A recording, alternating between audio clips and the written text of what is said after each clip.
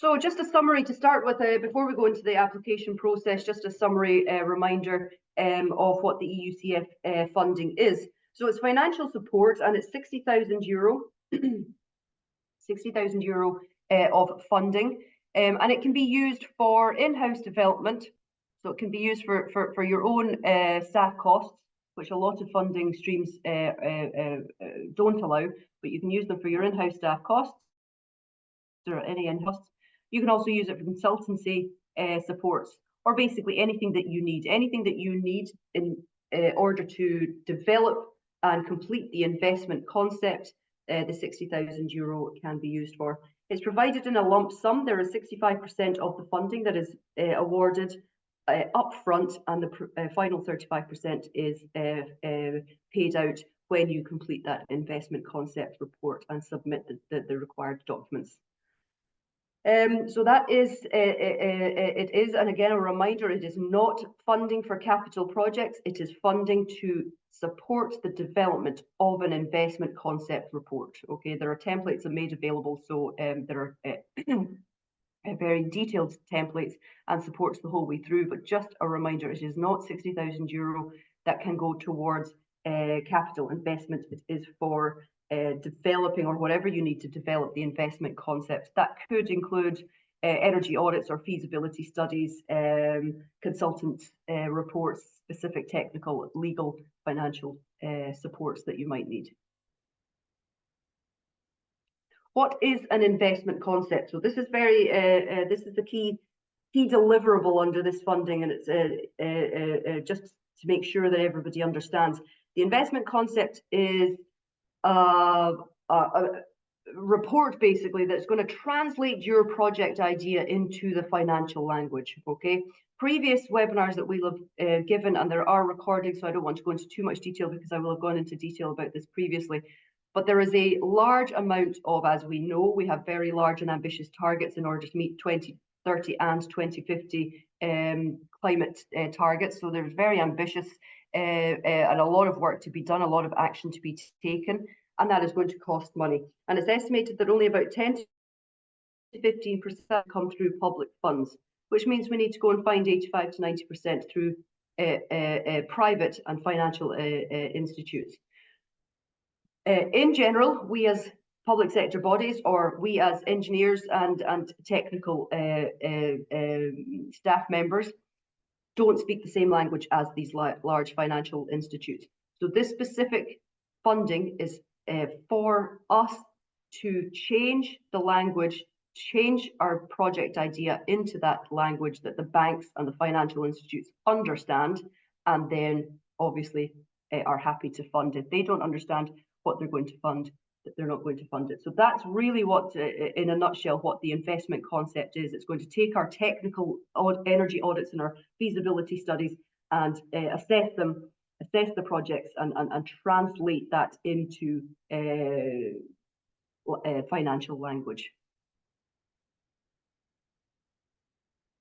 The resulting investment concepts, what they do, they're going to represent the initial step towards the fully fledged business and financial plan.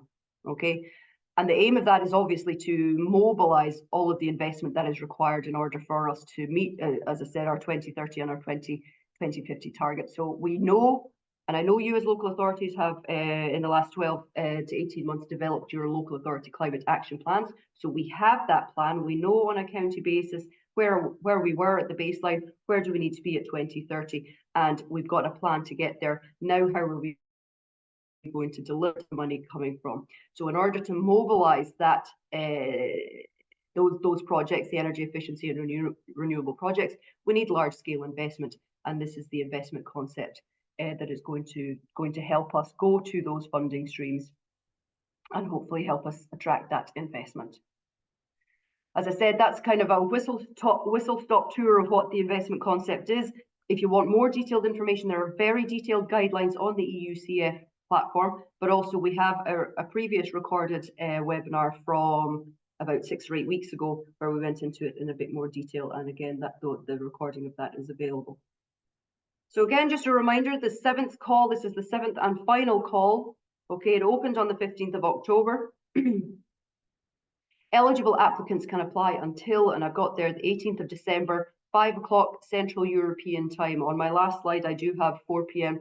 Irish time. These are template slides for us to use, but it's the 18th of December, 5 o'clock Central European time, okay? I will say this, the 7th call is only open for new beneficiaries, okay? So just a reminder, if you have had previous EUCF funding, and a number of Irish applicants have, which has been great, we've been quite successful in the last couple of calls, getting Irish projects through. So again, this is a European fund, and it's open to all European countries. And the first few calls we were quite slow in Ireland in getting across, but again in the last year, 18 months, with the development of the local authority climate action plans that you've all been working on and developed, we have seen a larger number of applicants and a larger number of successful applicants in Ireland. For those who have received funding before through this particular fund, unfortunately you cannot apply against new beneficiaries. And then just very briefly, a brief look at the EUCF workflow. Okay, so again, we are here now at pre-application and application stage. Okay, so we are currently having webinars and information sessions, EU events. The EUCF website is there. As I said, there are very, very good, very detailed information. I'm going to go through some of it today, but on their website, very, very detailed. And we're putting together our webinars and information sessions to make sure that you're all aware of the funding and how to apply for it. This is the application stage, and this is where we're at. As I said, the deadline is the 18th of December, and this is the stage that we're going to go. I'm going to go through this stage step by step. I've got screenshots of the actual application form, and we're going to go through it in detail, an hour or so. Once you've completed the application, it's evaluated, and I'll talk briefly about the evaluation process as well, because of course you need to know how it's going to be evaluated to make sure that you complete the application fully in order to score highly. So we'll talk a little bit about the evaluation. So if you are successful, you will get what we call the grant agreement. So it goes into the contract phase, okay? You will be sent the EUCF grant agreement, which is basically the contract to say that you are being awarded the funding. You get 12 months between signing the grant agreement and developing your IC, your investment concept. Okay, so there's a 12-month period. There is a deadline when you are issued the EUCF grant agreement. There is a deadline to sign and return it. So for example, if the deadline is the 31st of August to sign and return the grant agreement, if you sign and return it, let's say on the 28th of July, then your 12 months will start on that date, on the 28th of July. So the 12-month starts from the date that you sign the grant agreement. The beneficiary, as I mentioned, you will receive 65% of the funding, so €60,000 lump sum, and you will receive 65% of that upfront. So when you sign the grant agreement, that will be transferred.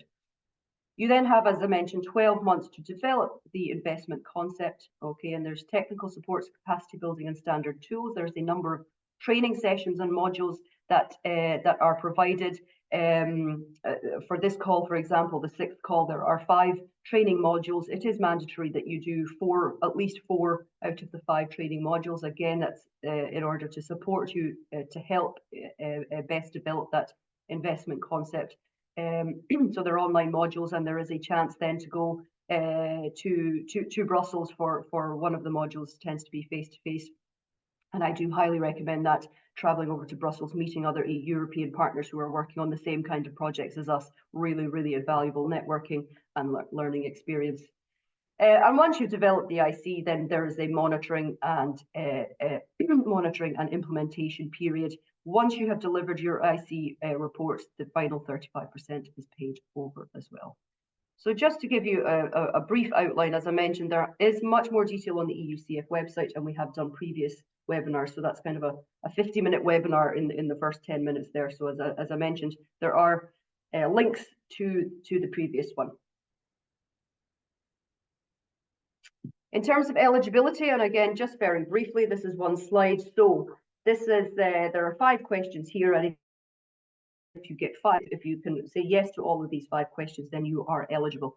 In general, the people that we have on this webinar today are all eligible, because that's the groups that we are working with and the groups that we are targeting in terms of our webinars and information sessions.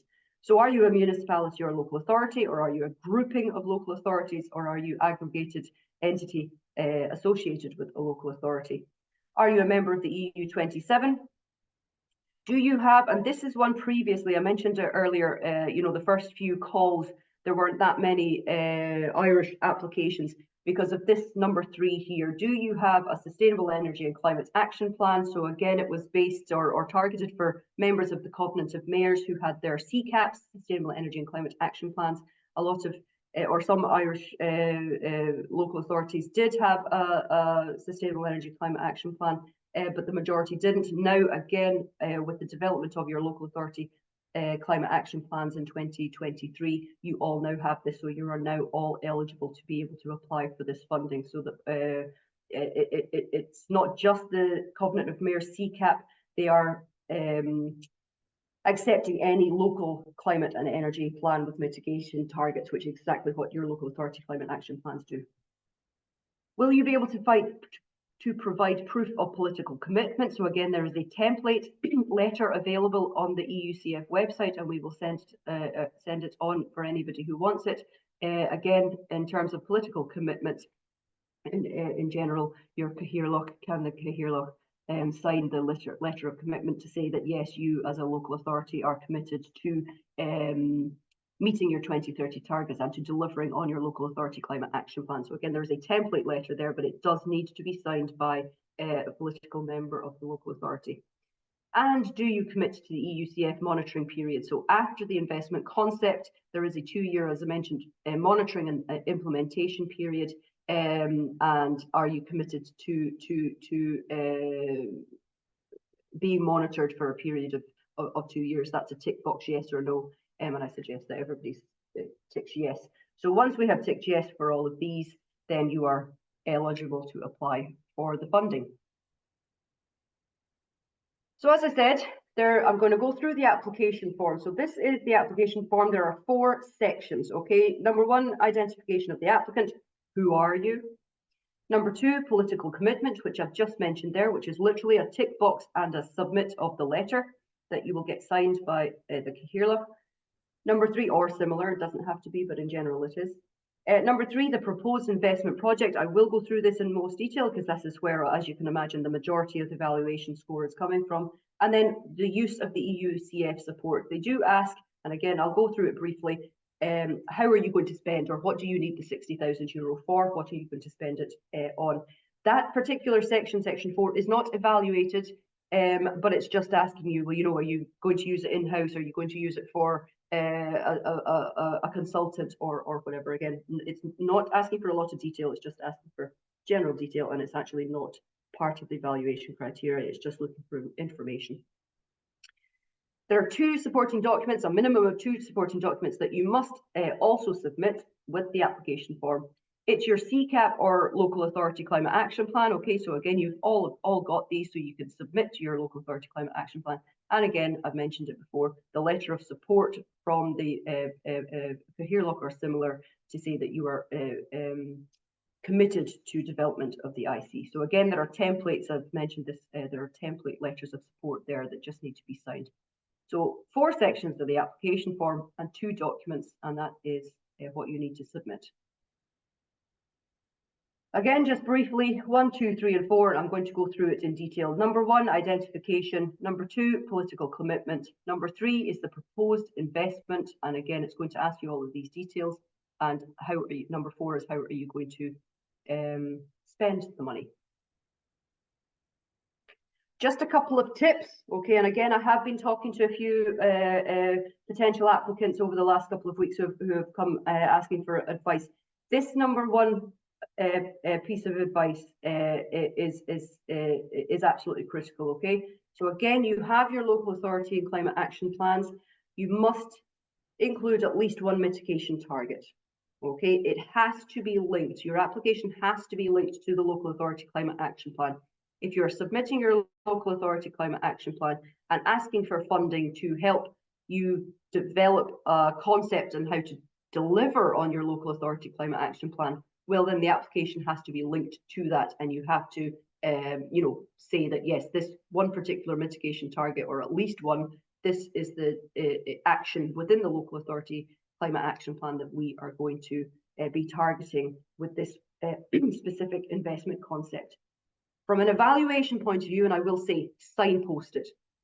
If it's action number 12 on page 75 of your local authority climate action plan, put that in the application.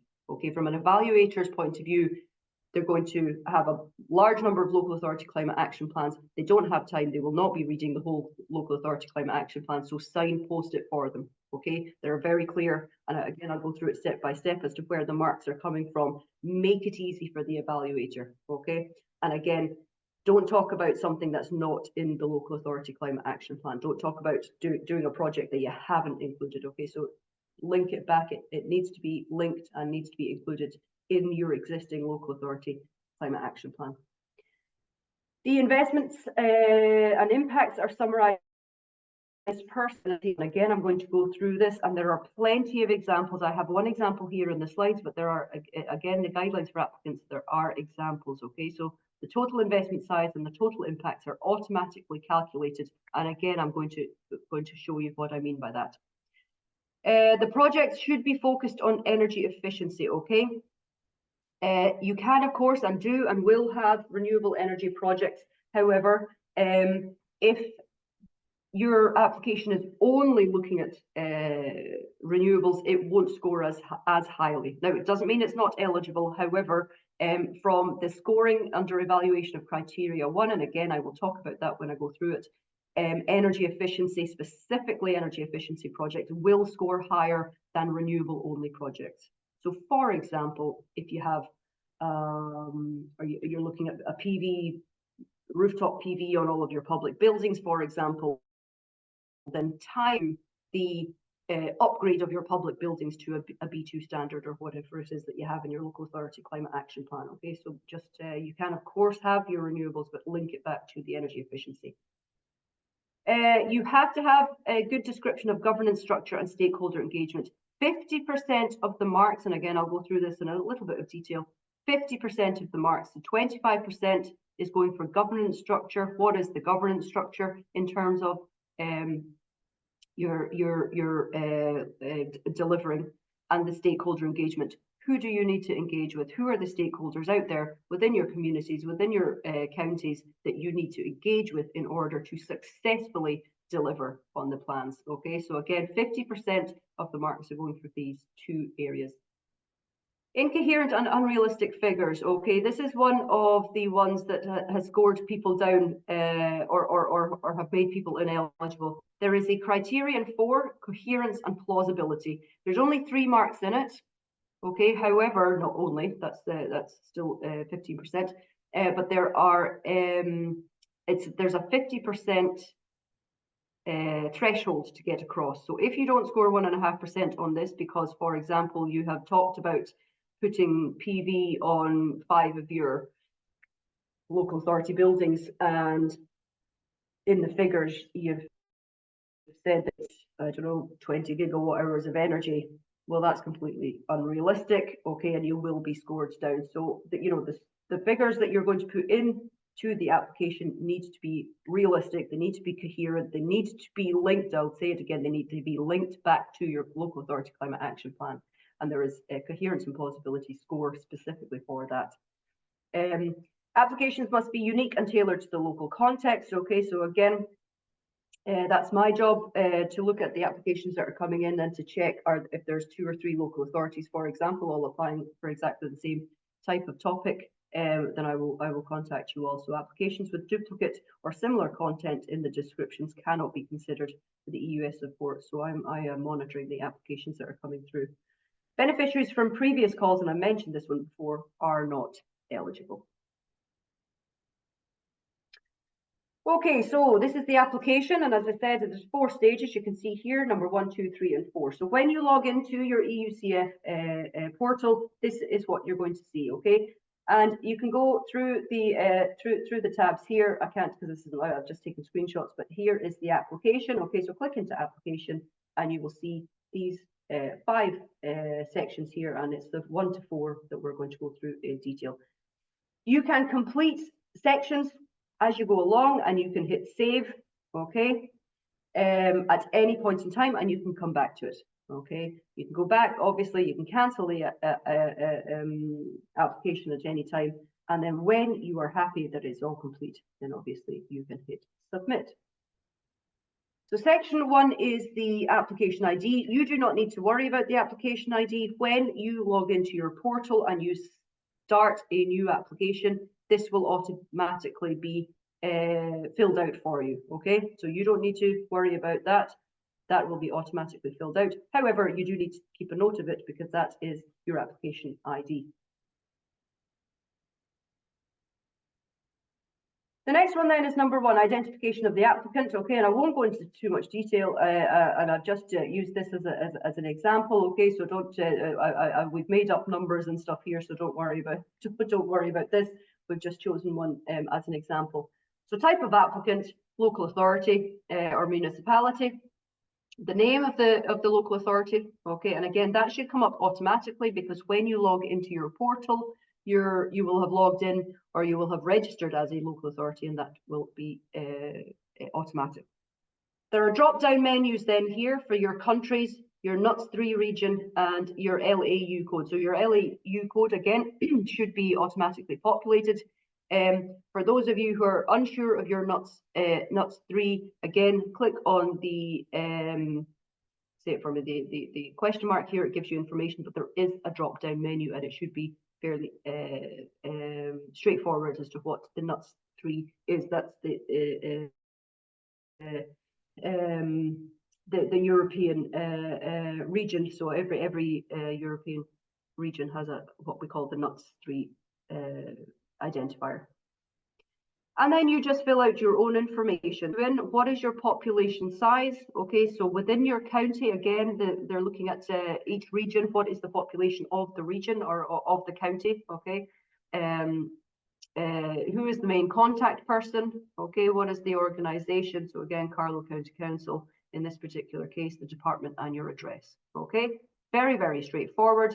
The grey ones you will see, you don't have to change. They will be automatic based on the contact and the details when you registered.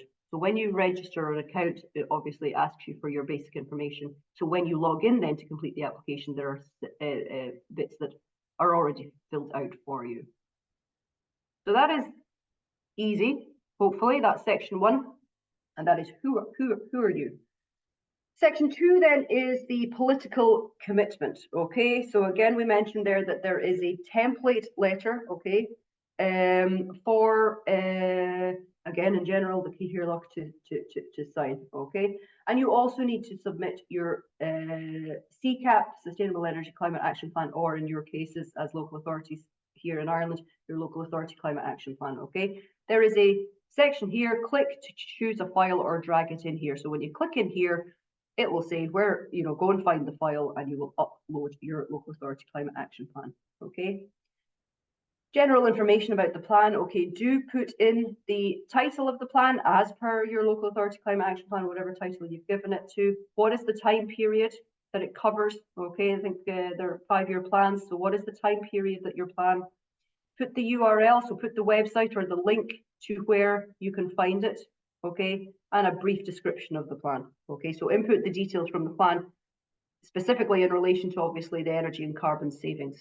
Okay, link it, as I've said before, link the details to the page in the plan. Okay, so you want to really signpost it, make it easy for the evaluator. Okay, so again, this is just a very, very short section on your sustainable, on your local authority climate action plan. The mitigation targets, and again, all of these figures should come directly from the local authority climate action plan. And again, it's even asking you for the page number. So where are you telling, where are the energy savings, the targets for energy savings, renewables and greenhouse gases?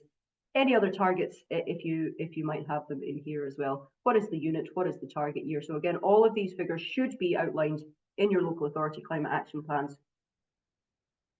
So put the figures into here, and most importantly, as I said, signpost it, put the page number in the from the report into here so that the evaluator can find it easily. So that's the local authority climate action plan. And then there's the political commitment in terms of the letter from the political support. Okay, so again, there's a template. So within your application, you can click here and there is a template letter. Print it out on your local authority headed paper and ask somebody or the Cathaoirleach to sign that letter for you. Okay, again, once you have it saved in exactly the same way as you did with the local authority climate action plan, you click and you upload it here using this link. Okay, this section then is just a tick. And it's a declaration. So I hereby confirm that the applicant or the local authority has not yet benefited from the EUF support in previous calls. Okay, so again, this is the button that is saying I have not received money, or we as a local authority. Okay, so again, there are different departments in different local authorities. Again, it's, you know, if I see, and I have already seen one local authority who has started an application who have already received funding. So, you know, we're well aware that there's many different departments within each local authority, and maybe they are unaware that you have previously received funding. Again, I will contact when I see that, but again, just to be aware, you are declaring, no, we have not had previous funding before. So that are the first two sections. So that's section 1 and section 2, which hopefully are very straightforward.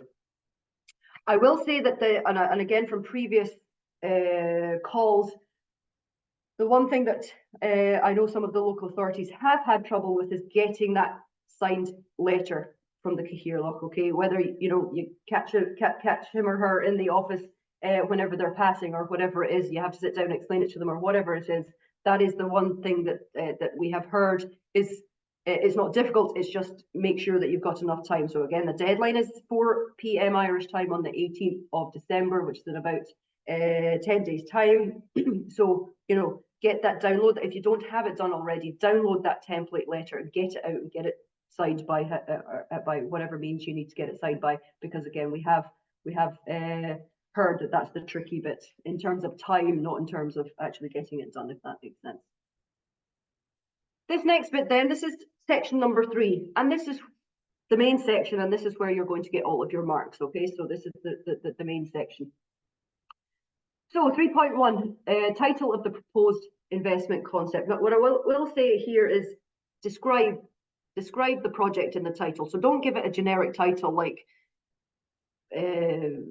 Local Authority Investment Plan 2024.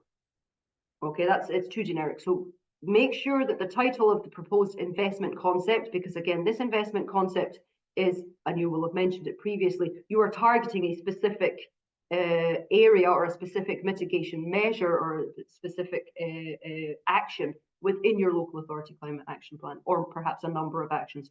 So give the title a specific title, don't make it generic. The project description and objectives then. So there is a maximum of 1,500 and that includes spaces. So it's not a lot. They're not looking for a thesis here. Okay, it's 1,500 characters including spaces. I do suggest that you type this up in Word, because it's easier to track. You can't actually track it here, so I do suggest you type it up in Word and make sure that you don't go over the 1,500 characters. Okay, and then you can copy and paste it into here. Okay, so just again giving it some basic details here of the proposed project. What is it that you're trying to do? What is the objective? And again, link it back to that CCAP. Okay, mention the exact measure and the targets that you're addressing within this. So always linking it back to the CCAP. Signpost it, give it a page number, for the evaluator as per, action number, whatever, and page, whatever in your local authority climate action plan. So signpost it for them. Again, brief, it's not a lot, it's 1,500 characters, but a brief outline as to what it is that you're aiming to do in terms of the specific actions within your local authority climate action plan that this particular investment concept is going to be targeting. The next one then is the implementation period. So this is the length of the actual project implementation. Okay, so how long is it going to take to implement this particular project? So after the investment concept is developed, okay, so once the 12 months are over and you've got an investment concept, you're now going looking for funding. You're getting the funding from whichever financial institute, how long then is it going to take to actually deliver the project? Is it a 12-month project? Is it a 36-month project? Or what is it? So again, throughout your investment concept and your feasibility studies, etc., you will have a plan, and your local authority climate action plan. You will know, well, this is what we're going to do. This is going to be year 1, year 2, year 3. That's going to be a 3-year project, etc., etc. That detail should all be known, because when you've developed your investment concept, you know, when you're looking for funding, you need to know how long and when it's going to be implemented. So what, and again, if it changes, this is just a, you know, an application. So if it changes after you develop the concept and you know more information, that is totally okay. But again, they're looking at application stage. How long do you think the project is going to take to implement once you've completed the IC? So don't include that 12 months of development of the investment concept. But once that's developed and once you have funding in place, how long would it take to actually implement the project? 3.4 then is the main investment sectors targeted. There is a list there, and again, you will see here there is a EUCF guidelines for applicants. So you can click on here and it brings you directly to this particular page in the EUCF guidelines on the EUCF website, and it gives you more information on each of these. But again, they're fairly straightforward, so please indicate the main sector targeted by the proposed investment project, okay? So are you targeting the public buildings? There's private non-residential buildings, so or private residential buildings, so domestic buildings, building integrated renewables, where we're looking at rooftop PV, for example, or other district heating and cooling networks, sustainable urban mobility, so that's our transport and our mobility plans, innovative energy infrastructure, renewable energy production infrastructure, public lighting, or other. And if you have other, then you specify. So again, these are fairly straightforward. If you are unsure which of these sectors your particular project falls into, please do check the EUCF guidelines, because there is of each one. And again, if you're still stuck, then absolutely please feel free to contact me and we can work our way through it. But which sector should be fairly straightforward. 3.5 then is the governance for investment concept development. So I've got here highlighted, this is worth 5 marks. I've mentioned that before. There's 25% of the total marks going for this question. Okay, and again, you'll see it's looking for a brief description. Okay, so again, you're limited. There's only 1,500 characters, including spaces. Okay, so again, we're not looking for a thesis here, but again, it needs to be very, very clear.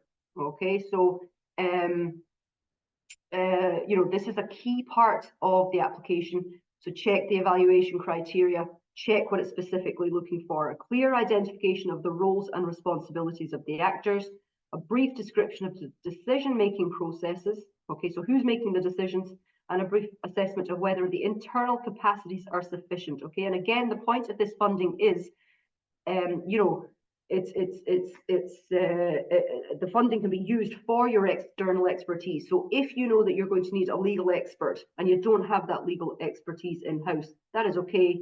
That's what the funding is for. You know, so again, it's just to make sure that you are identifying, you know, what is the governance structure, who is going to be doing the work, who's going to be making the decisions, and who's going to, you know, what are the internal capacities. Okay.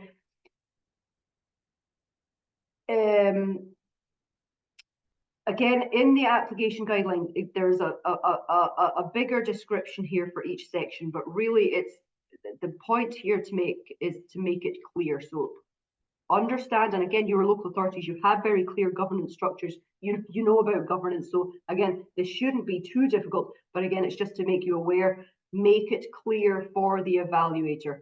What are the roles? What are the responsibilities of the people involved? Who are the key actors? Who are the key actors? You know, outline who they are. How are decisions made in the organisation as a whole, within your local authority? How are decisions made? Who is making those decisions?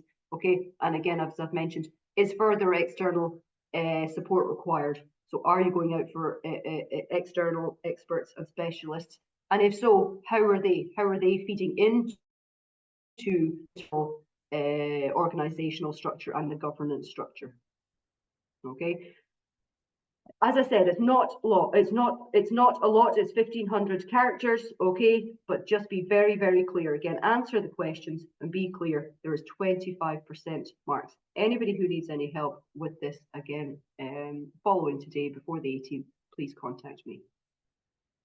Again, I would hope that this should be, as I said, you as local authorities have very clear governance structures in place, so it shouldn't be too hard, hopefully.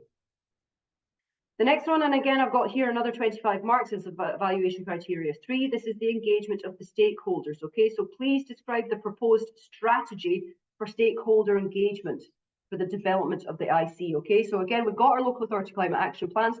They're looking at counties as a whole. We as a local authority or a public sector are responsible for our bit, but how are we going to engage with the wider citizens of our counties? That's our stakeholder engagement. How are we going to deliver the actions that we are outlining in this application? The investment concept is looking at a specific number of actions within our local authority climate action plans. Who externally, who are the main stakeholders that we need to engage with in order to successfully deliver it? So once we deliver an IC, once we get funding, how are we going to deliver that project, and who are the stakeholders involved with that? Identify who they are, and then how are we going to engage with them? What is the plan? Okay, so you need to describe the most relevant stakeholders, external to the local authorities, but also the internal stakeholders. Okay, and also include an overview of planned activities and communication. Okay, that you're going to develop. How are you going to engage with them, and what is the plan? Okay, really, really important. Again, 25% marks. Again, we're limited to our 1,500 characters, so it's not a thesis. But again, just be very, very clear. So again, it's kind of outlined here. Who are the main stakeholders, and how are you going to? What are the planned engagement activities? How are you going to engage with them? Okay. Again, very, very clear. 25%. Section 3.7 now, again, under evaluation criteria 1, there's 3.5 marks for this, and this is the ambition of the project. So what are you intending to do? What measure are you going to be looking at from your local authority climate action plan, and what is the ambition? Like, how big are they? I'm going to put 10 kilowatts of PV on County Hall. That is not an ambitious target, okay, and will not score highly. So again, we're looking at the ambition. How big is the project? Now, again, previously, there was a threshold for marks. There was a 50% threshold. However, they have removed that threshold because they do understand, and again, they saw it in the first few calls, that local authorities or municipalities across Europe were competing with the massive, it's a level playing field. With much larger communities and or local authorities or counties, municipalities and cities. City of Paris, City of Berlin are going against County Carlo. Sorry, I'm not picking on County Carlo. That's just because I work with them. So we've got to compare like with like. So obviously the ambition and the amount of savings and investment costs required for County Carlo, for example, is going to be much lower than the City of Berlin, for example. So they have removed the threshold. However, we are still being evaluated on it, and it is still being added to the overall marks. So we do, as I said, putting 10 kilowatts on your county hall isn't going to do it. And again, I would suspect your local authority climate action plans are much more ambitious than 10 kilowatts on the county hall. I'm going to go into this in detail because, again, over the last couple of days, I've actually had a few queries on this. So this is the intended measure. So please fill the table below stating the foreseen technology measures. And again, there are many tables here, and you'll see it on the next slide what I mean, okay?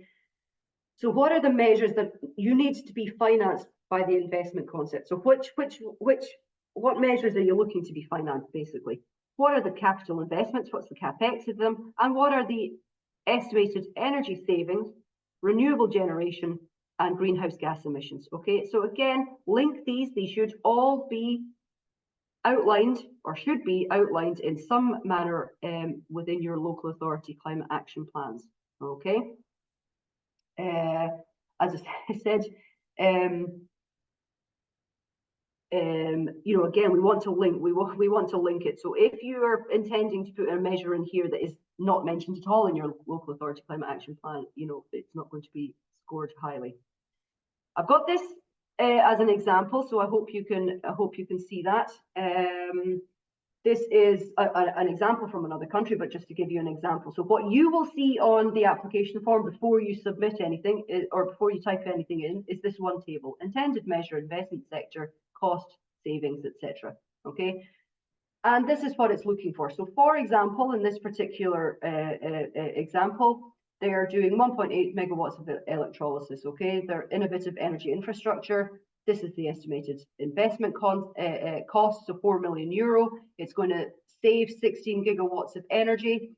There's no renewables, and that 16 gigawatts of energy is equivalent to 27,000 tons of greenhouse gas emissions. Okay, so 3.4 megawatt peak of photovoltaics. So again, this is just an example that I've taken from the guidelines. Okay.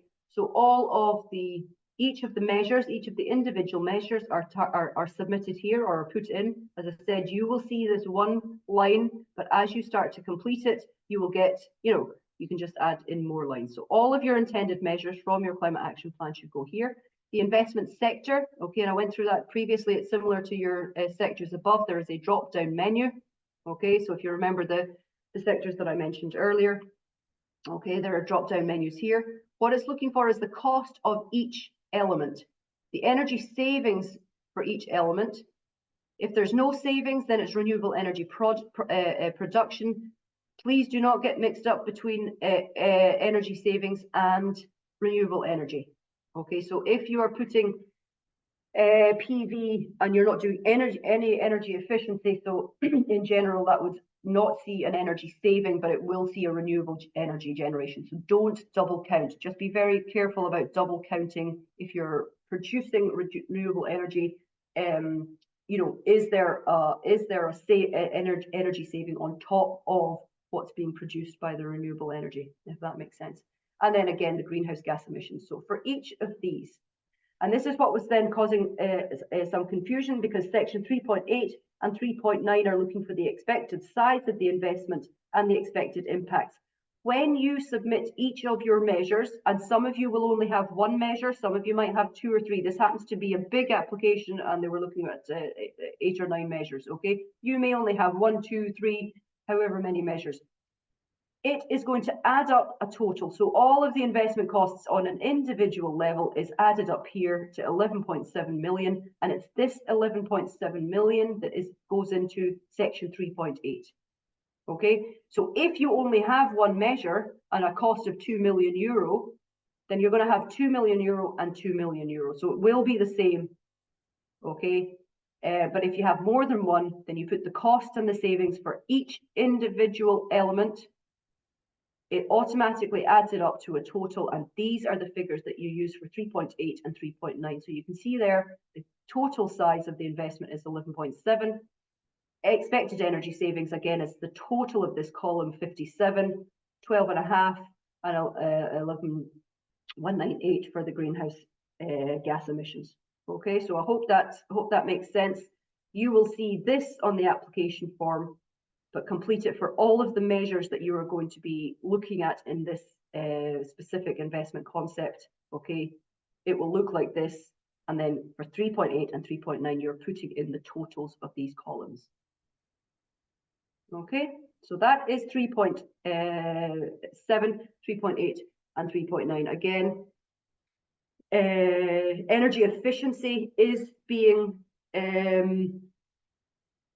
prioritized. Okay, it doesn't mean that you can only have renewable it doesn't mean that you can't, but it means if there are other applications, again, you will be evaluated against all of the European applications, and once you hit the threshold, so the maximum score, and I'll go through that in a second, is out of 20. Once you hit the minimum threshold, it's going to be the top number of applications that are evaluated. So if there are 50 projects or however many until the funding runs out that are all looking at energy efficiency, first that they will score higher than a renewable only project. Again, that was just another example there from the guidelines, so I won't go through that in any detail, but I hope that makes sense to everybody, what we're looking at there. Again, sorry, so if to go back here, so we've got 3.5 marks for 3.7, which is the intended, and 1.6 is roughly 2.5 marks. So for 3.7, 8, and 9, that's the ambition we're looking at, the ambition and the size specifically of the project. 3.10 then is the potential for replication and or upscaling. Okay, this is, again, you're looking at local authority climate action plans, and again, I mentioned earlier that similar projects from each country may not be considered. Okay, that's because they're providing you with funding to come up with an investment concept that can then be replicated or upscaled in exactly the same way as you've all got within your local authority climate action plans. You've got a decarbonisation zone. So your decarbonisation zone, in a sense, is your pilot. It's your pilot. What's going to work here? How are we going to deliver it? And if it works here in your decarbonisation zone, you're going to implement it and upscale and replicate that across the county. So in exactly the same way the EUCF funding are looking for, well, what's the potential for upscale? So if we do this in County A for rooftop PV on public buildings, is that replicable across all of the other buildings? Okay, so the size of the impacts, that's again, it's a specific evaluation criteria. 1.7 is the potential for replication and or upscaling. So again, can you upscale within your own county or within your own local authority, and then can it be replicated across nationally across all of the other local authorities? Okay, so you need to show to show that it is replicable. If it's a one-off project that's not going to be delivered again or upscaled or replicated, or a case study for other people to do, then again it's going to score lower if it's a one-off project. So that is all of section 3. Those are the main sections, okay? So that, this is the main evaluation criteria section that we've just gone through in some detail there. Basically, what is the project? Link it back to your local authority climate action plan, and what are the measures, the specific measures, and the costs and the energy and carbon savings associated with each. They should all come directly from your local authority climate action plan. Section 4 then is the last section, and as I said, this actually is not evaluated. Okay, so it's not scored, they're just looking for information. So there's no right or wrong here, and if you put that you're going to hire an external subcontractor in the application and then you come to deliver it and you don't do it, that is okay. Okay, so there's no rights or wrongs here. This is just, what do you think you're going to use the EUCF support for? So for example, in the governance and the stakeholder section, if you have spoken about the need for external expertise in the legal team or whatever it is, then we would expect to see that you're going to be hiring some external expert here, for example. Okay, are you going to be doing energy audits or feasibility studies? Are you going to be using it for in-house costs, etc.? Okay, so just a tick box here. And again, in terms of this application, again, it's just for information only. It's not asking for, there's no rights or wrongs here. So please indicate whether the EUCF application has been prepared directly by you, by yourselves as the local authority, or have you had an external expert or consultant? So again, some of the local authorities I know here in Ireland are using external experts and consultants to assist them with the application form. So again, there's no right or wrong. This is not being scored. It's just for information. Have you completed the application yourself? Or have you had assistance from external experts? And that is it. That is section 1 to 4 of the application. Okay, I have gone through it in detail. There is even more detail, as I said, in the guidelines on the website. It's very, very detailed guidelines. And as I said, if there's any help required between now and the 18th of December, please contact me. I'm going to very briefly now just go through the evaluation process, because the evaluation process is going to help you understand how much effort and detail to put into each of the sections. I've gone through it there and kind of highlighted where the marks are, but again, there's just a bit more information here. Okay, In terms of the evaluation, okay, just to reiterate, it's a dedicated team of evaluators. It is external. It is not us as country experts. We see the applications. I can view your applications, but I am not on the evaluators team, and we have no say in it. So it's a completely separate and dedicated team. The final score is each of the applications is actually scored by 2 different evaluators. Okay, so there are 2 different evaluators that will separately and independently review the applications, and the average of the 2 is the average score of the 2 is what your final score will be. A third evaluator may be assigned in case of discrepancy. So if, for example, if one evaluator is scoring very highly on one section and the other is scoring very low, for example, then they will bring in a third evaluator. But in general, 2 completely independent evaluators will look at it, and the average of the 2 scores will be your final score. It takes about 2 months, okay, and if you are not successful, there is some very, very detailed feedback that is provided. And again, we've seen from previous unsuccessful Irish applications that there has very, very detailed. We've had some very, very close applications that unfortunately just didn't get funded, but the feedback highlighted. So again, some local authorities are reworking, using that feedback to resubmit this time. I've mentioned already. So ambition section number 1 is 7 points. Section number 2 and section number 3, that's our governance and our stakeholder. I've mentioned that a number of times. There's 10 points there, 5 points each. Okay, and then there's 3 points for the coherence and plausibility. Are your numbers realistic? Is that real, or have you just plucked figures out of the air? Okay, so again, is it plausible? 3 points. So there's a total of 20 points on offer. Okay, there is 50% threshold for section 2, 3, and 4. So if you only score 2 out of 5, then you will not be put through. You won't go to the next stage, so to speak. So any of these sections that if you only score 50% on, you will not go forward to be fully evaluated. There used to be, as I mentioned for this, there used to be a 50%, but again, they've removed that. It is still scored out of 7 points. However, there is no minimal threshold. And again, that's just allowing some of what we've seen, some of the smaller, less ambitious, not less ambitious, but they're ambitious for that size of region or county. They are now getting through, whereas previously they weren't. So that's very, very good for us to see.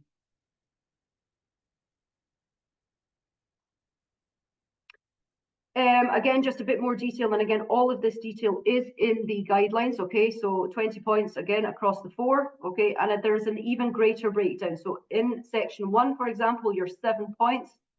Well, they're telling you exactly. You're going to get 0.7 of a point if you tell them what is the local context and other submitted applications in the regional call, as well as the foreseen implementation period. How is the ambition level of the expected investment size? So it's very, very detailed on where you're going to get these marks. Is the investment project focused on energy efficiency? Okay, so there are 2.5 marks. Out of 7, there's 2.5 marks for energy efficiency. Okay. And does the investment project demonstrate potential for replication? So there's 50% of the marks for this section are on energy efficiency and replication. Okay, and each of the other 0.7 of a points are across the other sections. Section 2 then, and I've mentioned that's 50% for governance. And again, it's telling you exactly what it wants. You're going to get 2.5 marks, 50%, which is threshold for who is involved, who are the actors, what's their roles and responsibility, who's making the decisions, okay? What are the internal capacities? Is the overall governance structure clearly described? You're getting 1.25, and does the governance structure seem robust? So these are a little bit more subjective from the evaluator, okay? But again, answer the questions up here, structure it very clearly, make sure it makes sense and it's robust, okay, and you're getting your governance scores. There is a threshold, a minimum of 2.5 for this section. Exactly the same then for stakeholder engagement, minimum of 2.5, okay, and again, it's exactly telling you what it wants to see, what you're going to get these marks for stakeholders, okay? What are the planned activities? What are you going to do? How are you going to communicate with them? Are you going to email them? Are you going to have Zoom meetings? Are you going to have face-to-face meetings? Are you going to have a workshop? Are you sending out a newsletter or whatever it is? Okay, so how are you going to communicate them with them, and what's your planned activities? And again, the subjective part, let's say, is it clear, and is it robust? Has it been thoroughly thought out? And section 4 then is the coherence and plausibility. Okay, this is how clear and good is your application. So again, there is a threshold, 1.5 marks. Okay, is the application thoroughly filled out, and is it plausible? So are the numbers, again, link the numbers to your local authority climate action plan. So again, very, very detailed breakdown. Okay, and apologies, I'm aware of the time, and I've probably talked for too long, but I hope I've gone through that in quite some detail for you. Okay, there's about 10 days left for the application. I've noted here 5 o'clock Central European time, that is 4 p.m. Irish time. That is when the application closes. Let me come out of this now. So thank you for your time this morning, and we can go to some questions and answers if I can see where you are. So apologies, I know we're just at 11 o'clock. I've spoken for a bit longer, but I have gone through that application process and the evaluation process in detail there. The recording from today and the slides will be passed on. We will also include links to the EUCF guidelines where you can download them yourself. But again, there are links throughout the application process. Do we have any questions? I cannot see the chat. Ailish, so I'm not sure if there are any questions. Yeah, sure. One just came in there now. Hold on now. See it. Chat, there you go. Sorry, I have it now. Oh, you have it? Okay. Perfect. So, Fintan, who should sign the political letter of support? So, in general, it's the Cathaoirleach. In general, it's the Cathaoirleach or some elected representative. So, somebody who is linked, some political elected representative who is linked directly with the local authority. In general, it's the Cathaoirleach.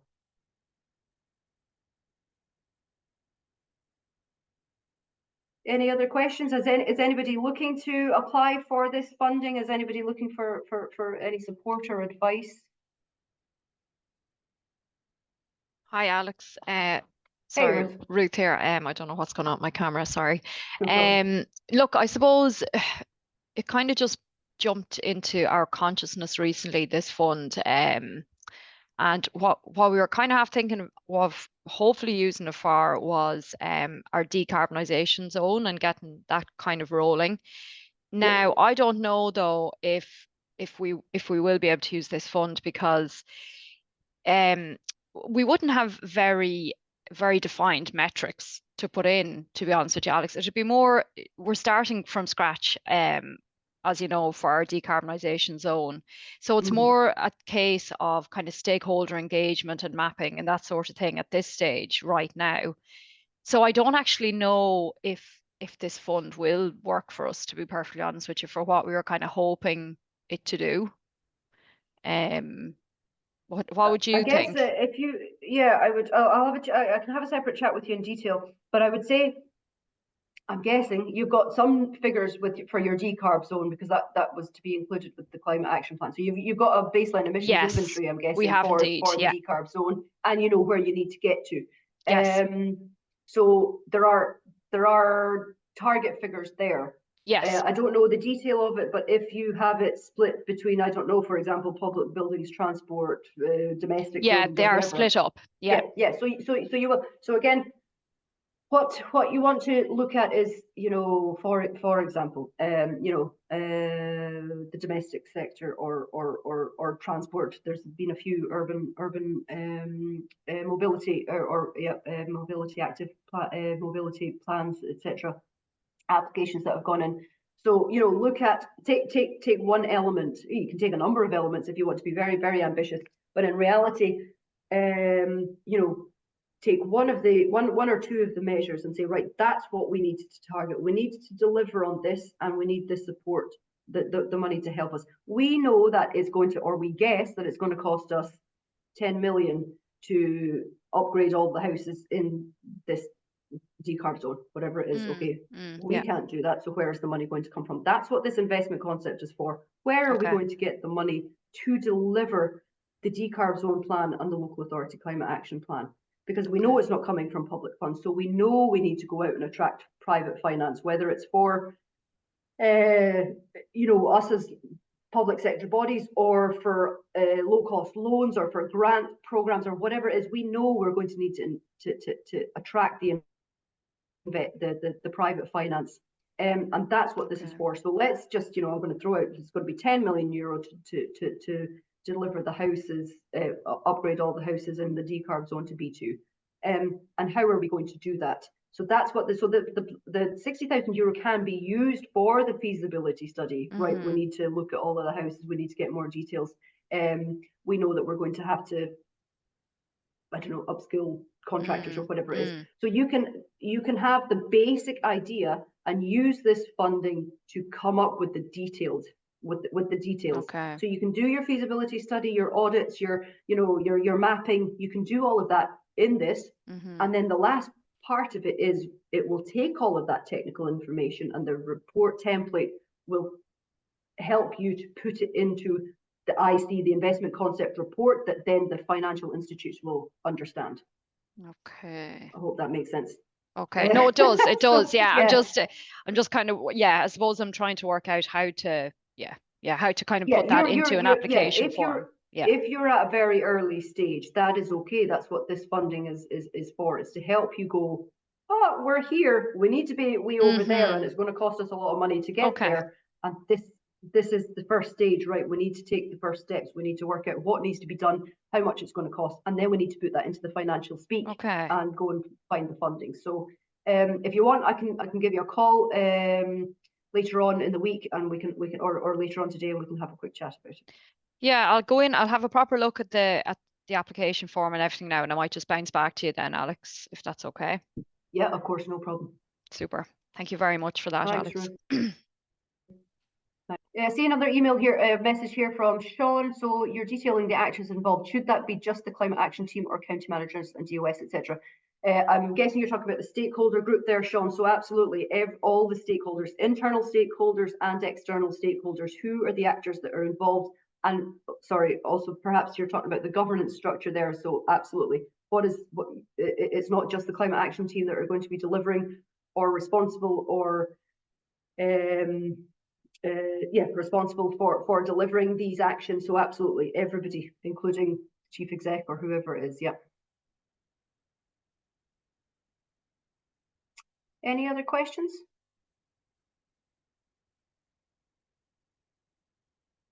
No, perfect. Okay, thank you very much. Apologies, we're 6 minutes over time, but thank you very much for attending this morning. And Ailish will be sending around the slides and the recording of today's presentation. If anybody needs any help, they can contact me anytime over the next week.